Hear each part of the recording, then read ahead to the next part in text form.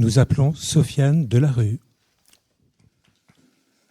On m'a souvent appris à le redouter. On m'a dit qu'il était synonyme de faiblesse, antonyme de fierté. On m'a dit qu'il ne m'apporterait que honte et défaite.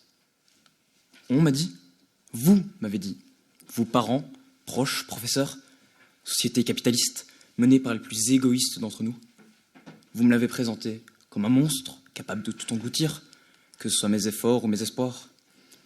Vous m'avez dit de chercher un domaine où je serais talentueux dès le début et surtout d'arrêter de persister dans ce 9e art, aussi incompris que les 8 autres, que j'appelle l'échec.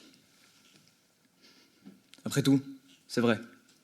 Que faire d'un art qui consiste simplement à continuer d'échouer?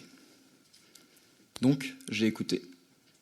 La charge des remords ruinait mes journées, jusqu'à ce qu'un soir, après une journée banale au possible, je me pose sur une chaise et je me demande pourquoi mes échecs me pèsent-ils autant. Alors, au cours de cette soirée, j'ai retracé le fil des échecs d'une vie à peine commencée. Vous aussi, tentez l'exercice, faites-le. Pensez à votre plus gros échec, celui qui vous a fait passer l'envie de relever la tête, celui qui a fait disparaître toutes les portes de sortie. C'est bon? Vous l'avez? Vous pensez peut-être à votre job de rêve auquel vous avez dû renoncer, ou encore à votre premier amour qui s'est arrêté du jour au lendemain. Mais moi, je ne connais rien de tout ça. Mes seuls échecs sont juste cette fille qui refuse de me parler, ou ma dernière interro de maths, ce qui doit vous sembler absurde, je le sais, mais pour moi c'est ça qui représente mon échec. Pourtant, je ne peux m'y résigner. J'ai les jambes qui tremblent, les mains moites, le souffle court, comme si je devais présenter un discours avec le niveau d'anglais de François Hollande. L'échec est terrifiant et douloureux. C'est ce que je vous dirais si je n'avais pas eu le courage de lui tendre la main et d'apprendre à le connaître.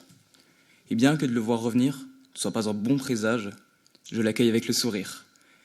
Et aujourd'hui, je peux vous affirmer que l'échec n'est ni une fin, ni une chute. Elle est l'origine de chaque victoire. Car oui, chaque déroute est un bloc de pierre. Chaque revers, un seau de ciment. Chaque claque, un coup de marteau. Et moi, je suis l'ouvrier qui bâtit sa réussite. Et si aujourd'hui, vous êtes là devant moi, c'est parce qu'avoir tenté une dernière fois était sûrement la meilleure décision. Car l'échec est un passage, une voie que seuls les plus téméraires et ambitieux ont la volonté de traverser. C'est bien beau tout ça. Mais pour ceux qui auraient encore un doute, malgré ce discours totalement naïf et innocent, comme s'il sortait de la bouche d'un enfant, pensez juste à ce que vous voulez vraiment atteindre. On m'a un jour demandé « Pourquoi continuer si tu échoues encore ?» Alors, j'ai tout simplement répondu « Parce que chaque échec me rapproche de plus en plus de mon but. Ce qui fait vraiment disparaître cette angoisse de l'échec, c'est l'obsession et la persévérance. Regardez l'arbre. Il ploie sous l'orage, mais c'est en ployant que le tronc s'endurcit. Regardez le fer. Il passe par le feu et les coups, mais c'est par ce feu et ces coups qu'il devient lame. Moi aussi je plie, moi aussi je brûle, moi aussi je tombe. Et comme le disait Socrate, tomber n'est pas un échec. L'échec est de rester là où on est tombé. Ceux qui se moquent de mon obstination n'ont pas de but à poursuivre. Ceux qui jugent mes erreurs n'ont jamais tenté d'innover.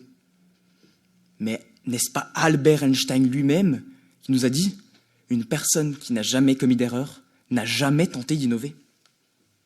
Moi, je tombe. Je tombe des dizaines, des centaines, des milliers de fois. Mais peu importe, car je me relève. Chaque chute m'enseigne ce que la peur ne pourra jamais. Non, je ne crains plus l'échec.